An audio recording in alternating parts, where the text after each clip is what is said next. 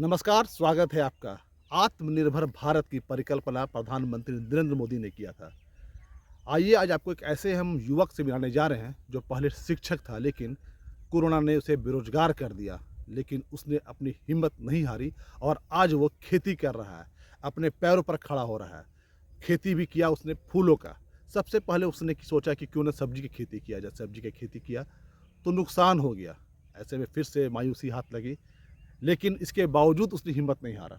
सोचा कि नहीं, खेती ही करना है और अपने पैरों पर खड़ा होना है। तब उन्होंने फूलों का खेती शुरू किया। आपको हम दिखाते हैं, ठीक मेरे बगल में आप देखिएगा, ये फूलों की खेती हो रही है। और आलम ये है कि उसे हर रोज़ कोई ना कोई ग्राहक उसके पास पहुंचता है और उसे ऑर्डर देता है। ये खेती हो रहा है। इसके अलावा गेंदा फूल की भी खेती हो रही है। यहाँ किसान हैं, इनसे हम बात करेंगे और जानने की कोशिश करेंगे कि आखिर ये परिकल्पना कहाँ से आई। पहले क्या नाम आपका हुआ? मेरा नाम अजय कुमार हुआ। अजय जी, आखिर टीचर, सब्जी की खेती, अब फूलों की खेती आखिर हुआ कैसे? क्या सोच है? देखिए, एक सोच है कि इंसान का एक ऐसा चीज़ है जो दुनिया को बदल सकती है। वो जज्बा मेरे अंदर में थी।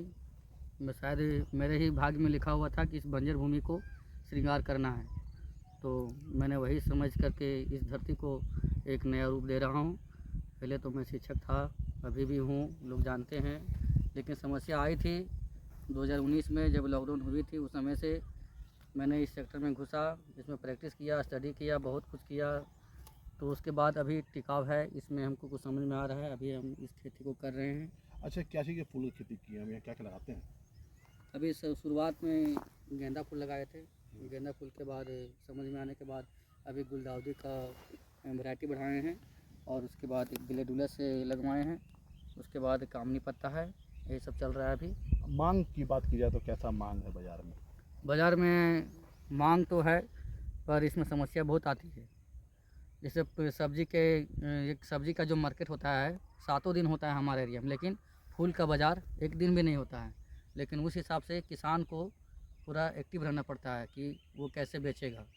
तो एक्टिव का मतलब ये है कि हम अपने प्रोडक्ट को बेचना होता है तो कहीं दूसरा जगह नहीं जा सकते हैं। अभी लगन का समय है, तो अभी बहुत सारा पार्टी यहीं पर आके मांगता है। जयमाला मांगता है तो उसको बना के यहीं से देना पड़ता है। कोई लूज फूल मांगता है तो यहीं से देते हैं।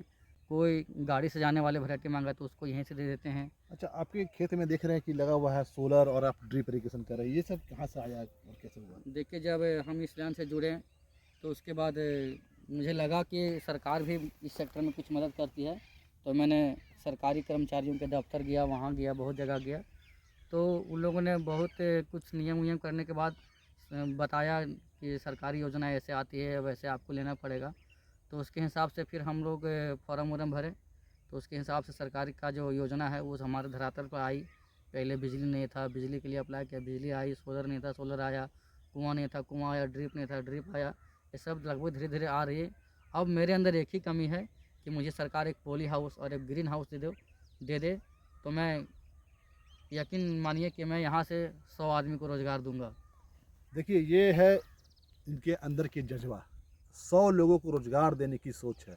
इनकी खेत की एक खासियत भी है कि रात में फार्मिंग करते हैं। हो सकता है कि झारखंड के पहले किसान हो जो रात में फार्मिंग करते हो।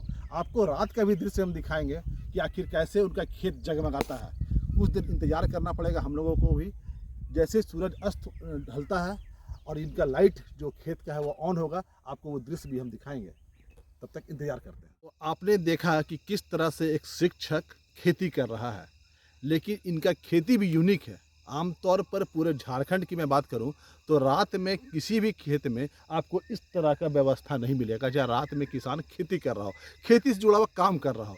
तो अजय ने अपने तकनीक का सहायता लिया और अपने खेतों में रात में वो खेती करते हैं। तो अजय से हम लोग जानेंगे कि आखिर उन्होंने यहाँ एलईडी बल्ब लगाया है।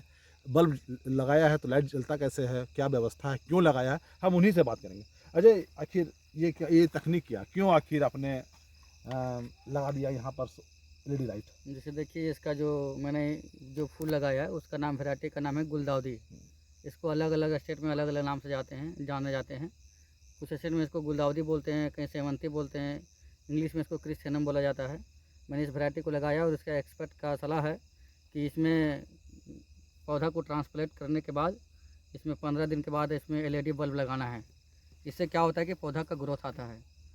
पौधा का ग्रोथ आने के बाद इसमें लाइट जलाना होता है, और ज़रूरी नहीं कि 55 दिन, जब तक हमारा पौधा अगर लगे कि ग्रोथ कर रहा है, इसमें कली आना स्टार्ट हो गया है, तो लाइट को बंद कर देना है।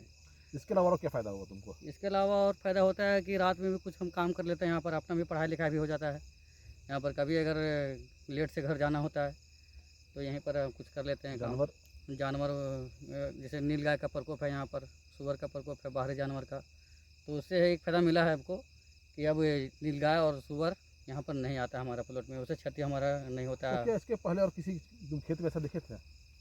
नहीं, ऐसा तो कभी नहीं देखा था, हम कल्पना भी नहीं किए थे कि हमारा खेत में ऐसा बल्ब जलेगा, हम ऐसा खेती करेंगे। लेकिन तकनीक का एक आदेश है, उसको मानना पड़ेगा, उसका सलाह को करना पड़ेगा। नहीं करेंगे तो ये हमारा यील्ड इसमें नहीं आएगा, उत्पादन नहीं होगा। तो अजय ने तकनीक का भी सहारा लिया है। इसका ही कारण है कि रात में भी इनके खेतों में खेती हो रही है। ज़रूरत है अन्य किसानों को भी सीख लेने की, वो भी अजय की तरह कोशिश करें ताकि वो भी आत्मनिर्भर बन सके। गौरव प्रकाश, लगातार डॉट इन, हजारीबाग।